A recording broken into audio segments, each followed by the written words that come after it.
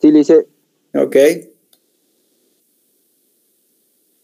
El 4 de noviembre de 1964 se produjo en Bolivia un golpe de Estado que impuso el poder una junta militar presidida por el general de aviación René Barrientos Ortuño, mientras el presidente Víctor Paz Estenssoro, electo en mayo de ese año para un tercer mandato, huía en avión a Lima. El nuevo gobierno tardó 6 meses en descargar todo el poderío del ejército y la aviación sobre los campamentos mineros, ocupando militarmente las minas en junio de 1965 en medio de sangrientos combates, aplastando de esta manera los últimos reductos de la Revolución Boliviana.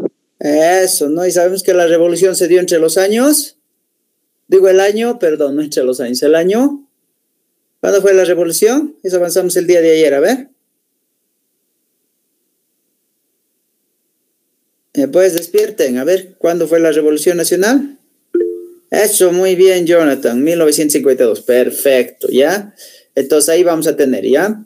Entonces, como que de repente en la revolución nosotros chocamos con esto de que los mineros, los campesinos, ¿sí? Empezaran a ser notados en este país, pero se necesitaba un poco más de, como decimos nosotros, de enalteción en este concepto, o sea, de ser conocidos en este concepto, ¿ya? Entonces, Víctor Paz Estenssoro había generado una situación un poco compleja, ¿no? Dentro de este proceso de la revolución. Por si acaso, el MNR apoyó mucho a lo que es el gobierno de René Barrientos, no solamente con el caso de Víctor Paz Estenssoro, sino también con el caso de Hernán Siles Suazo, ¿ya? Entonces, en ese tiempo había ganado las elecciones Víctor Paz Estenssoro, pero a pesar de que de repente era un gobierno que se estaba volviendo a repetir, porque lo habíamos visto en el año 82, lo habíamos visto en el año 60 otra vez como presidente, ¿no? Y entonces estaba volviendo a repetir su gobierno en el año 64, y ahí es cuando nosotros establecemos particularmente de que de repente este militar, que a pesar de que tenía el apoyo del MNR, entonces le hizo un golpe de Estado a este en realidad que fuera candidato todavía, que ganó las elecciones, pero aún no fuera presidente, ¿no? Entonces va a ocupar muchas veces, utilizando su poder militar, las minas, ¿sí? Y estableciendo en algún momento ese contexto de tener este proceso de la revolución, ¿ya? Ahora bien, se dice que Barrientos tenía la relación con un nazi, ¿ya? Este nazi en Bolivia era conocido como Klaus Altmann, ¿ya? Su nombre era Klaus Barbier, ya era un nazi, había venido directamente desde Alemania y supuestamente contaba con ciertas estrategias terroristas para poder someter a la población, ¿ya? Este se dedicaba al comercio internacional ilegal de armas, ¿ya? Y fue nombrado por Barrientos como asesor de los servicios de inteligencia de Bolivia, ¿ya? Entonces ahí vamos a tener nosotros a este. Ok, sabemos muy bien que en nuestro país también vino el Che Guevara, ¿no? En el año de 1966, ¿ya? Y justamente ese año este René Barrientos lo apresa, ¿no? Y después es ejecutado. Ok, a ver, Taylor, ¿me lo puedes leer, por favor? Sí, dicen. El 7 de noviembre de 1966 se inició la guerrilla comandada por Ernesto Che Guevara. En marzo de 1967, casi medio año después de su llegada, el Che y su grupo tuvieron el primer choque con el ejército boliviano en Ñancahuatu, en el departamento de Santa Cruz. René Barrientos y el jefe del Estado Mayor, Alfredo Obando Candía, dedicaron todos sus recursos a aplastar al comandante Che Guevara. Contrariamente a lo que él esperaba, Guevara no recibió la ayuda del campesinado boliviano. Por el contrario, estos daban un apoyo total a Barrientos. En abril de 1967 fue capturado Regis Debray. En octubre cayeron. Fueron apresados o huyeron dispersos los últimos guerrilleros sobrevivientes. El Che, herido en combate, fue fusilado horas después en la escuelita de La Higuera, el 9 de octubre de 1967. Eso, muy bien. Entonces vamos a tener acá, ¿por qué dice Reyes Debray? ¿No? Se le apresó con ese nombre, ¿ya? Como Reyes Debray, estaba disfrazado como doctor, ¿ya? Entonces su nombre verdadero es Ernesto Che Guevara, ¿no? Y se le apresó como Reyes Debray, ese es el documento que lo encontraron en ese tiempo. Che Guevara había hecho sus guerrillas establecidas principalmente en la parte de la Amazonía de Bolivia y llevadas directamente por el Chaco, ¿no? Él fue agarrado directamente en la parte, en Tarija, ¿sí? Y donde fue fusilado, ¿no? En la escuelita La Higuera, ya en Tarija, ¿ya? Entonces, acá nosotros vamos a tener el testimonio, ¿no? En uno de los diarios que escribía el Che Guevara, cómo quería, en cierto sentido, formar su guerrilla que había venido establecido desde Cuba, ¿no? Con Fidel Castro. Pero eso iba en contra de los gobiernos dictatoriales, que justamente no solamente se encontraba en Bolivia, teníamos dictaduras en Brasil, en Colombia, en Venezuela, teníamos dictaduras en Chile, en Perú. Entonces era a nivel Sudamérica que se daban estas dictaduras, por eso empezaron a desarrollarse estos ejércitos guerrilleros, ¿no? En contra de estas dictaduras. Y pues Che Guevara había venido a reclutar gente y a establecer su modelo, primordialmente de liberación, según lo que decían dentro de su concepto de revolución, pero lamentablemente no pudo lograrlo porque estaba siendo buscado. Para empezar, él había cambiado un poco de fisonomía, se había hecho crecer el pelo, ¿no? Había establecido una barba más pequeña, ¿no? En ese sentido, como para que no lo reconozcan, pero aún sí fue reconocido y fue justamente apresado y luego fue asesinado, ¿ya? Ya, acá vamos a ver nosotros la muerte de René Barrientos. Ya por su muerte René Barrientos va a tener que terminar el mandato presidencial, obviamente, ¿no? Porque va a fallecer en este choque de helicóptero, ¿ya? Vamos a tomar en cuenta que en el gobierno de René Barrientos, que fue del año 1964, ¿ya? Va a establecer primordialmente un proceso un poco trascendental en el enfoque de que a un tiempo va a ser muy rudo con la comunidad, digamos, en algún momento generando ese terror en la comunidad, pero después los va a tratar bien a la comunidad, ¿no?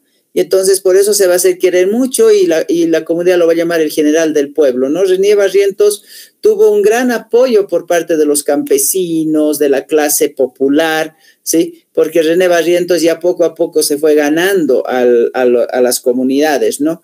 En realidad su gobierno a un principio fue un gobierno establecido por situación armamentística, pero después ya fue un gobierno un poco más accesible en el proceso de ayudar a los indígenas, ayudar a los mineros, ¿ya? Entonces René Barrientos va a estar, o sea, se dice que él había subido en helicóptero, ¿no? ¿Ya? Y él siempre hacía visitas en Bolivia utilizando su helicóptero, ¿ya? Entonces este helicóptero era llamado Lofernes, ¿ya? Y una vez cuando estaba él retornando de Cochabamba, hacia Cochabamba, perdón, ¿sí? Su helicóptero va a enredarse, o sea, va a caer y se va a enredar en unos cables de telégrafo y va a caer el helicóptero y se va a incendiar y ese rato va a explotar, ¿no? Ahí va a fallecer Barrientos, ¿ya? Junto con su edecán, junto con el piloto, ¿ya? Y en ese tiempo se indicaba de que en algún momento podía haber sido un accidente también, ¿no? Y el hombre que habría provocado este accidente habría sido Obando Candia, ¿ya? Entonces, estableciendo eso. Entonces, después de su muerte, su vicepresidente Luis Adolfo Siles Salinas se hace cargo de la presidencia de Bolivia y el entierro de René Barrientos fue uno de los más grandes y apoteósicos del país, porque era un hombre muy querido, ¿sí? Porque él ayudaba mucho a la gente humilde, a la gente del campo, ¿sí? Entonces, por eso mucha gente fue a su entierro, ¿sí? Bueno, esto fue comparable al entierro ocurrido en el 104 años antes con el expresidente Manuel Isidoro Belso, ¿no? En 1865 en nuestro país. ¿ya? Bueno, vamos a tener a Luis Adolfo Siles Salinas, ya no nos olvidemos de los años, ¿está bien? Ya tenemos a René Barrientos entre el año 1964 a 1969. Ok, a ver, vamos a hacer unas preguntas ahí relacionadas a este presidente, ¿ok? A ver, dígame, ¿por qué le decía, cuál era el apodo que tenía René Barrientos? A ver. El general del pueblo. ¿Por qué? ¿Por qué era el apodo general del pueblo? A ver. Porque al entrar a la presidencia recibió el apoyo de las provincias. Ya, y además en el transcurso de su gobierno apoyó, ¿verdad? A los campesinos, a los mineros, ¿no? Ya. Otra pregunta vamos a hacerles, ¿ya? ¿Ok? ¿Quién era el asesor, cómo se dice acá? De los servicios de inteligencia de René Barrientos?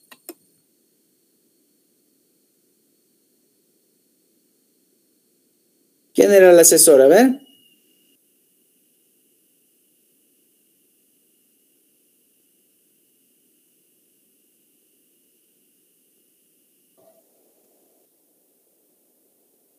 ¿Era Klaus Barbier, un nazi? Eso, muy bien. En Bolivia se le conocía como Klaus Altman, ¿ya? ¿A qué guerrillero se asesina en el gobierno de René Barrientos?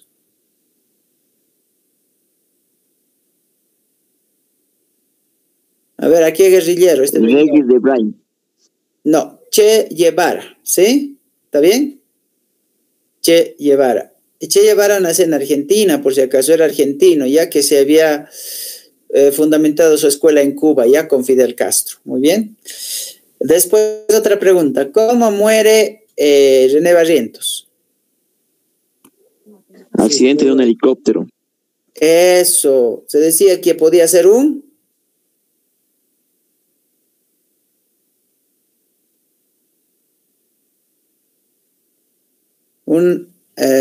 algo intencional, digamos, algo provocado, ¿sí? Un asesinato, en este caso, ¿ya?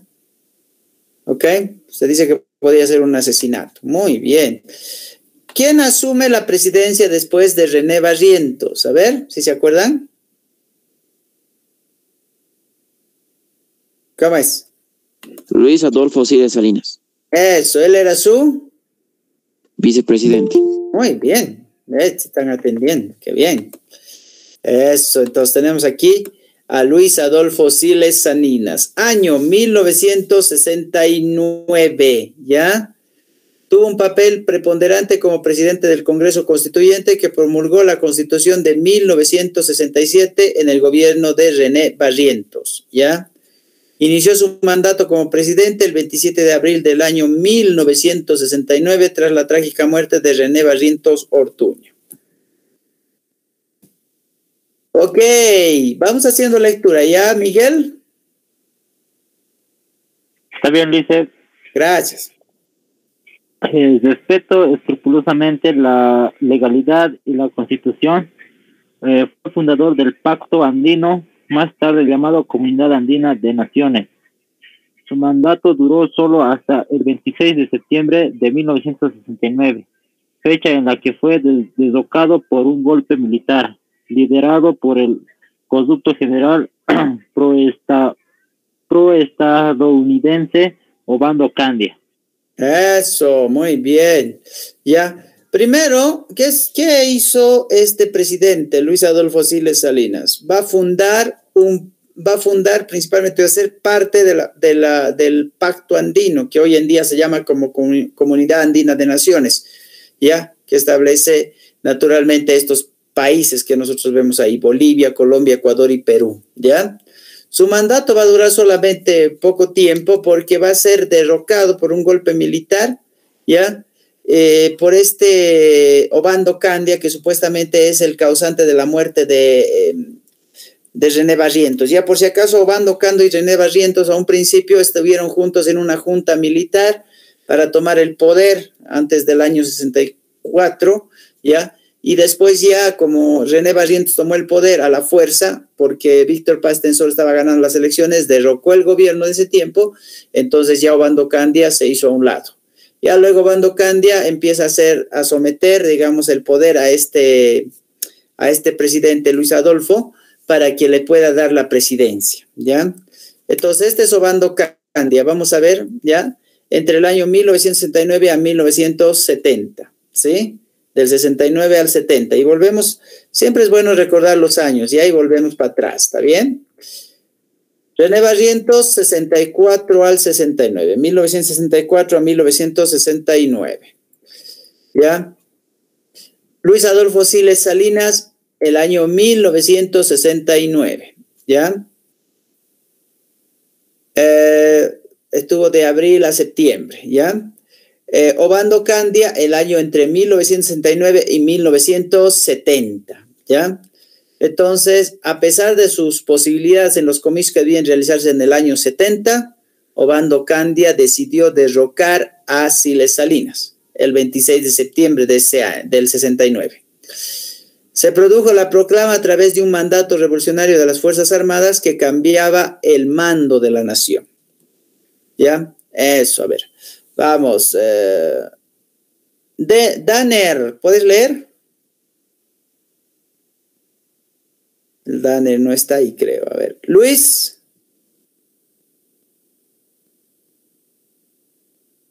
Tampoco está. Jonathan.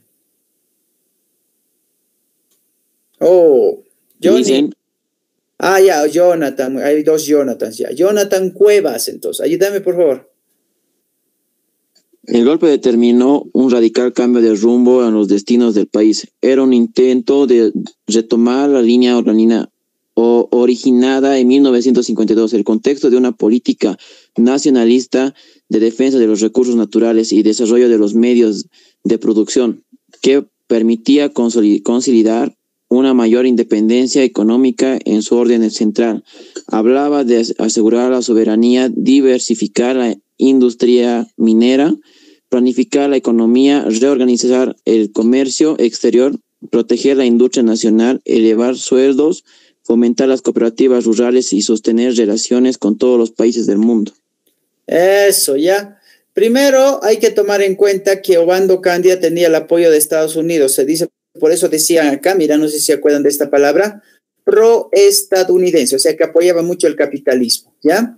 Entonces quería en algún momento retomar esa línea originaria que había empezado en el año 1952, ¿ya?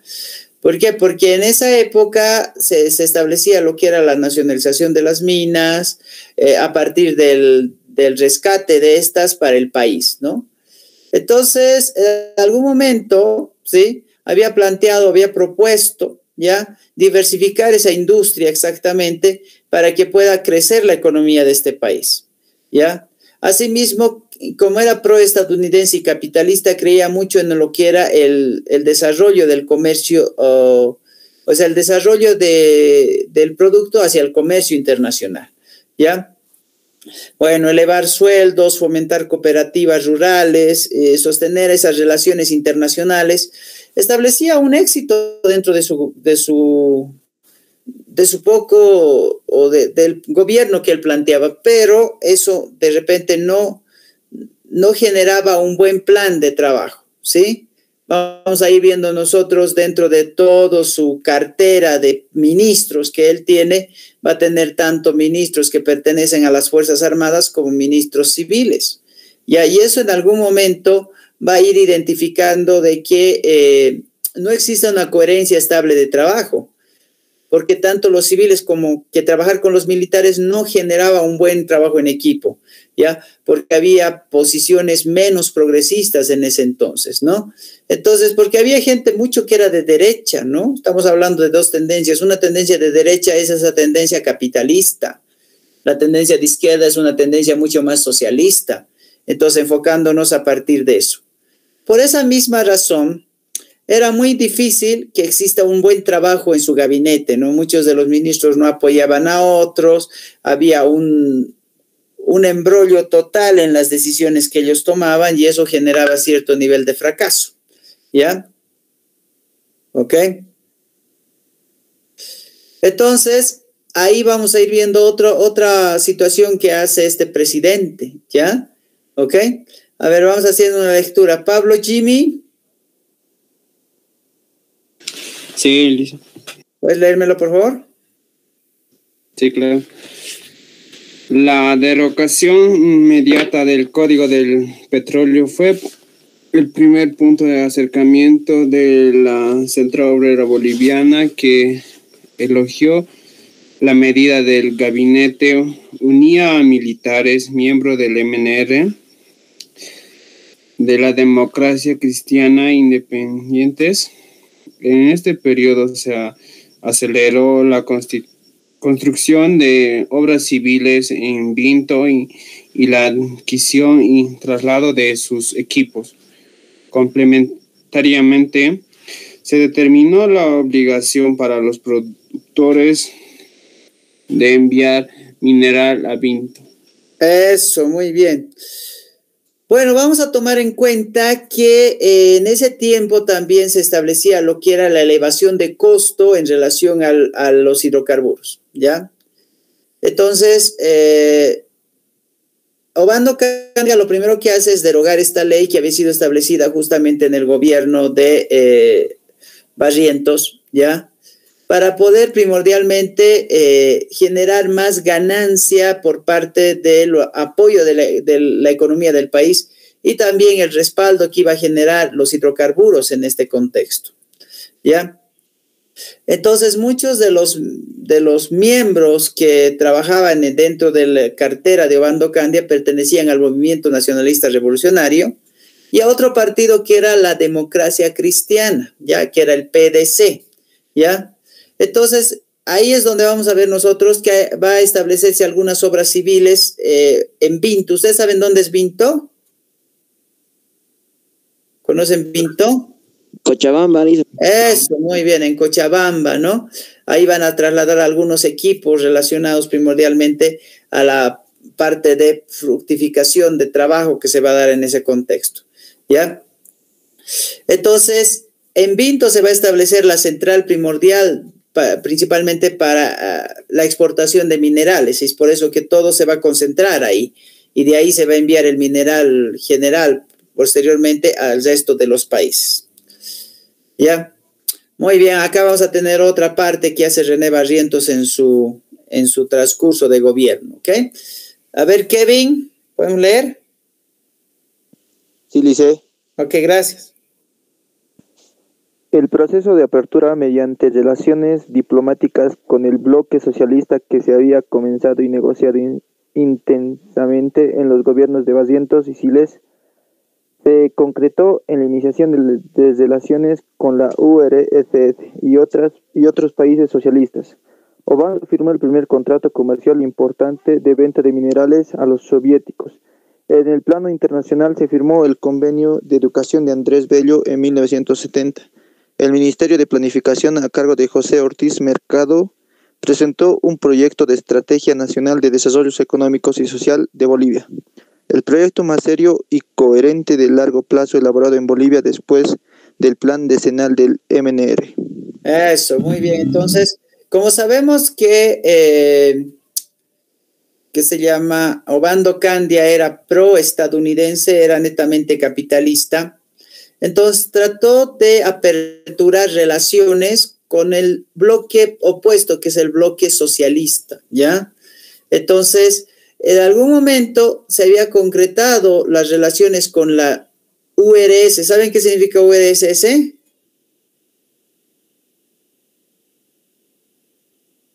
¿Qué significa URSS? A ver. Ya, pues, muchachos, a ver. Unión República Socialista Soviética. Eso, la Unión de Repúblicas Socialistas Soviéticas, ¿no? Esto había hecho en el caso del gobierno de René Barrientos y Siles Salinas, había concretado esta relación con este país, ¿sí? Pero Obando firmó el primer contrato comercial importante de venta de minerales a los soviéticos, ya siguiendo esta misma línea, ¿ya? A pesar que muchas veces no estaba de acuerdo con esta línea, pero le daba mucho más fructífero el hecho de firmar con la Unión Soviética que en ese tiempo estaba en un auge muy primordial económicamente que con Estados Unidos. Entonces, después va a firmar el Convenio de Educación Andrés Bello en el año 1970, que se encuentra actualmente también en nuestro país. Por eso es un proyecto de Estrategia Nacional de Desarrollo Económico Social en Bolivia, ¿no? Y claro, obviamente este proyecto va a determinarse particularmente que va a ser un proyecto a largo plazo. Ya, vamos a ver el proceso educativo en la época y también vamos a ver relacionado a lo que es el desarrollo de las líneas aéreas en este país. ¿Está bien? Ok, a ver, Nicole, ¿estás ahí? Sí, Liz. ¿Puedes leer? Sí. Gracias. En el campo de la educación se inició una intensa campaña de alfabetización. El ministro Baptista invitó a destacados especialistas internacionales, Illich, Freire, para discutir el modelo. Se creó el Banco del Libro, además de planear puntos básicos para la política educativa nacional. El LAB, Lloyd Aéreo Boliviano, entró en la era de jet. En abril de 1970, con la adquisición de un Boeing 727-100, que sustituyó a los cuatrimotores DC-6B y la Electra, tras el trágico accidente de Biloco, septiembre de 1969. Eso, muy bien, gracias, Nicole. Muy bien.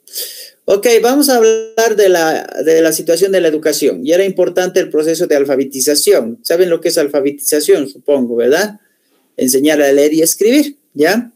Entonces, el ministro Baptista, que era el ministro de Educación, va a invitar a estos Illich y Freire, que van a ser autores internacionales, para presentar estos modelos, cómo mejorar el proceso educativo, ¿ya? Ahí vamos a ver, para poder mejorar el proceso educativo y el proceso de alfabetización, se va a crear lo que es el Banco del Libro, ¿sí? Entonces, de esa forma. Además, se van a planear algunos puntos básicos, ¿no? Que es para la política educativa nacional. Ahora, vamos a ver, en 1969, en septiembre de 1969, un accidente, ¿ya? Este accidente justamente era del LAP, que es del Lloyd Aéreo Boliviano, donde uno de los aviones que estaba trayendo al equipo The Strongest se estrella y muere el equipo, ¿ya? ¿Por qué? Porque justamente sus motores, o sea, el motor que usaba estos aviones ya eran motores muy viejos, desgastados, y eso generaba de que de repente, con el transcurso del tiempo, se fue envejeciendo estos aviones y generando este tipo de conflicto. Acá tenemos la tragedia de Biloco, ¿ya? Esto vamos a ver en la localidad de Biloco, en este departamento que es La Paz, ¿no? Esto va a suceder el 26 de septiembre de 1969. Estaba volando el equipo en este avión, ¿ya?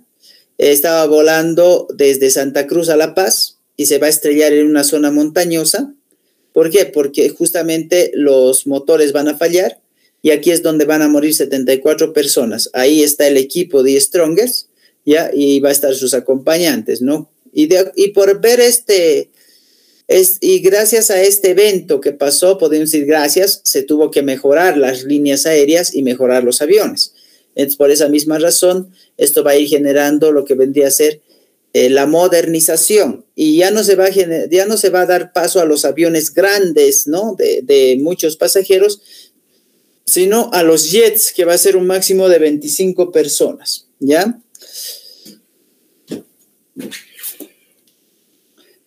Ok, ahí vamos a ver el golpe de estado de Obando, ¿ya?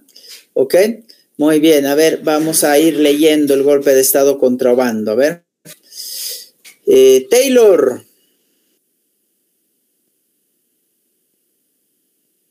Taylor. Licen. ¿Puedes leer? Sí, claro. Ok, gracias. El 6 de octubre de 1970 se produjo un golpe de Estado antigubernamental a través de una junta de comandantes de las Fuerzas Armadas Bolivianas. Sin embargo, las fuerzas polarizadas de los militares se dividieron por igual, se derramó mucha sangre en las calles de varias ciudades importantes, con guarniciones luchando entre sí en nombre de un campamento u otro. Finalmente, el presidente Obando buscó asilo en una embajada extranjera, creyendo que se había perdido toda la esperanza.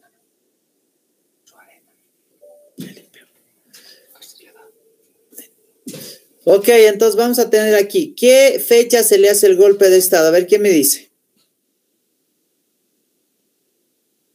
A ver, está ahí, a ver. El 6 de octubre de 1970. Eso, 6 de octubre de 1970, ¿ya? ¿Por qué? Porque muchos no estaban de acuerdo con ese proceso de unificar dos tendencias distintas, ¿no? Eran polarizadas, por si acaso, ¿ya? Había una división, ¿no? Era como una lucha entre izquierdistas y derechistas. Es como si ahora en la presidencia se pusieran a pelear los del MAS y los de la oposición a puño limpio. Bueno, pasó, ¿no? Pasó eso, pero esto se ve mucho más, o sea, mucho más, ¿cómo decimos nosotros? Violento desde esa perspectiva. Entonces, viendo ese enfrentamiento, Obando Candia decide al asilarse en una embajada extranjera, indicando que lógicamente ya su gobierno estaba totalmente muerto, ¿no? Entonces las fuerzas militares de izquierda se reafirmaron bajo el liderazgo combativo del general Juan José Torres y finalmente triunfaron, ¿ya?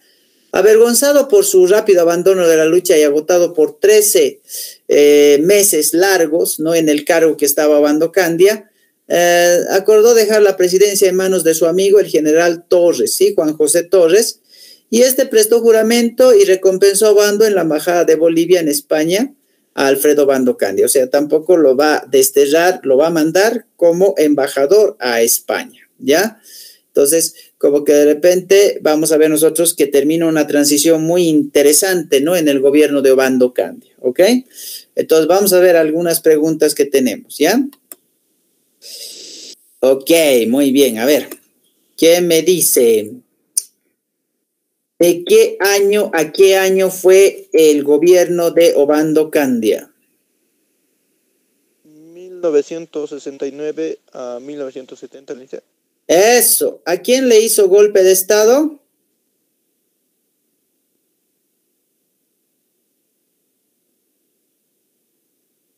¿A quién le hizo golpe de Estado?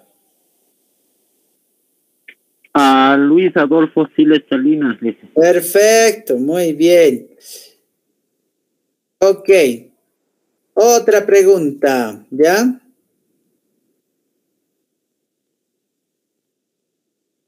¿Cuáles son las mejoras que hizo Obando Candia tanto en la educación como en la aviación? A ver.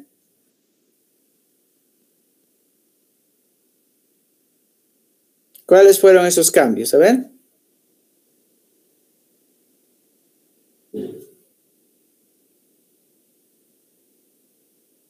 Ya pues, recordemos, a ver.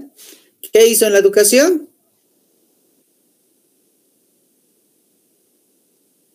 Anda volando ustedes, ¿no? Una campaña de alfabetización, ¿lice? Perfecto. ¿Y para eso qué creó? Para hacer esa campaña de alfabetización. ¿Va a crear el? Banco del libro. Muy bien, el Banco del Libro. ¿Y en la aviación? ¿Qué es lo que hizo? ¿Qué cambios hizo en la aviación? A ver.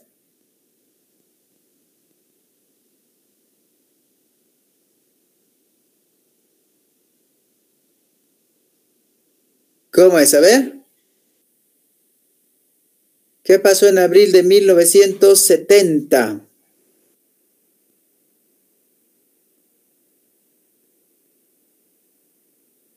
Se produjo golpe de Estado. Nada. Oh, Que cambiaron los aviones obsoletos por aviones nuevos. eso, entró Bolivia en la era del jet, ¿ya? Entró en Bolivia en la era del jet, ¿no? Con estos Boeing 727-100, ¿ya? ¿Ok? Muy bien. Esto sustituyó a los aviones antiguos, a los cuatrimotores, ¿ya? Por el accidente que hubo en Biloco. ¿Qué pasó el 26 de septiembre de 1969?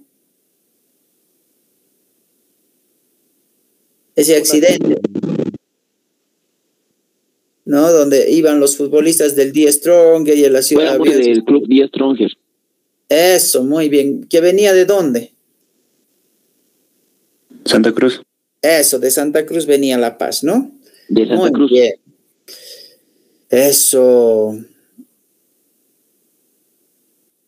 Ya, entonces tenemos el 6 de octubre de 1970, es donde va a haber los problemas entre ambos bandos de sus bancadas, especialmente de Obando. Lamentablemente, él mezcló todo, ¿no? Mezcló izquierdas, derechistas, y ahí se pelearon, y es cuando termina su gobierno.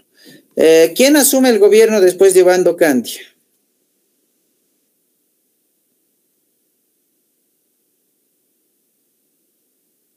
¿Quién asume el gobierno después de Obando Candia?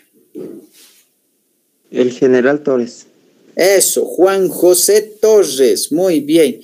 ¿Y qué hace con Obando Candia Juan José Torres? A ver.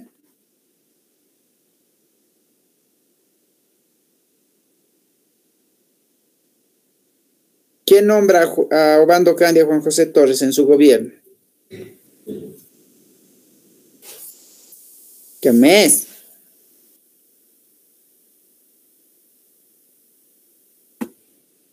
Embajador en España. Lo mandó a embajada. Embajador en España, muy bien. Ahora lo conoceremos a Juan José Torres, ¿ya? El gobierno de este.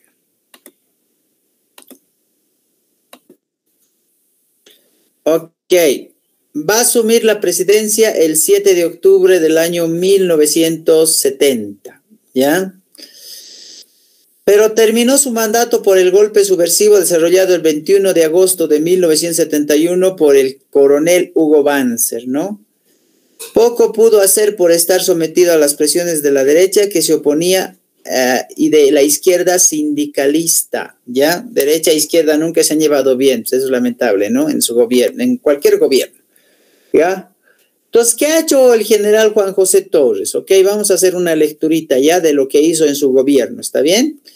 A ver, ¿qué me va a ayudar a leer? A ver, ¿qué me ayuda a leer? ¿Pablo Chimi? Sí, dice. Eso, a ver, vamos leyendo. Nacionalizó la mina Matilde, creó la Asamblea Popular, fundó el movimiento de la izquierda revolucionaria, destituyó a los mineros de los salarios que fue reducidos, lo que molestó a la oligarquía y a las Fuerzas Armadas, que inició el 19 de agosto de 1971 en Santa Cruz, golpe que triunfó. Esto ocasionó su caída. El general Juan José Torres González demostró ser el general de mayor tendencia izquierdista en Bolivia. Eso, porque va a fundar este partido, ¿no? Conocen este partido, ¿verdad? Yo creo que han debido escuchar. El partido es MIR, ¿ya? Movimiento de Izquierda Revolucionaria. ¿Está bien? Entonces él va a fundar ese partido. Luego lo que va a hacer, ¿no? Después de fundar el partido, va a restituir a los mineros, ¿no? Los salarios que fueron reducidos, ¿ya? Anteriormente en el gobierno de Obando Candia, ¿ya? Y claro, esto va a molestar, ¿no? A las Fuerzas Armadas, porque obviamente los mineros no podían ganar mucha plata, ya que las minas estaban dejando poca rendición económica al país, ¿no? Y esto molestó a las Fuerzas Armadas, ¿no? Y claro, y le iban a hacer un golpe de Estado a este presidente, ¿no? Va a ser este golpe de Estado este hombre, ¿no? Hugo Banzer Suárez, ¿ya? Esta es la dictadura más larga de nuestro país, ¿ya? Hugo Banzer Suárez. Yo les voy a contar de este señor, cómo es que recibe su instrucción, ¿ya? Con eso yo creo que vamos a quedar, porque no vamos a alcanzar a más, pero yo les voy a contar, ¿ya? Como siempre, vamos a abrir la pizarrita, ¿ya? Y a ver, vamos. Eso, muy bien. Les voy a contar la historia de una institución, ¿ya? Disculpa, eso, muy bien. Les voy a contar la historia de una institución, ¿ya? donde los militares de la época dictatorial recibían instrucción. Este se llama la Escuela de las Américas. ¿Han escuchado hablar de eso? ¿Cómo es? ¿Han escuchado hablar de eso? A ver, voy a preguntar a cualquiera ahí. Nicole, ¿has escuchado hablar de la Escuela de las Américas? Sí. Ah, muy bien. La Escuela de las Américas estaba ubicada en el Canal de Panamá. Esto es en Centroamérica, ¿ya? Panamá. Muy bien. Quiero la tilde y no me sale. Eso, muy bien. ¿A qué se dedicaba esta escuela? Instruía a los militares para someter a las personas en tiempos de dictadura. Tenía 2 libros, ¿ya?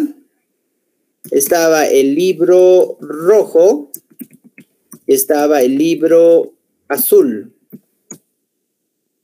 Y mira, en el libro rojo se les enseñaba, quiero el igual, eso.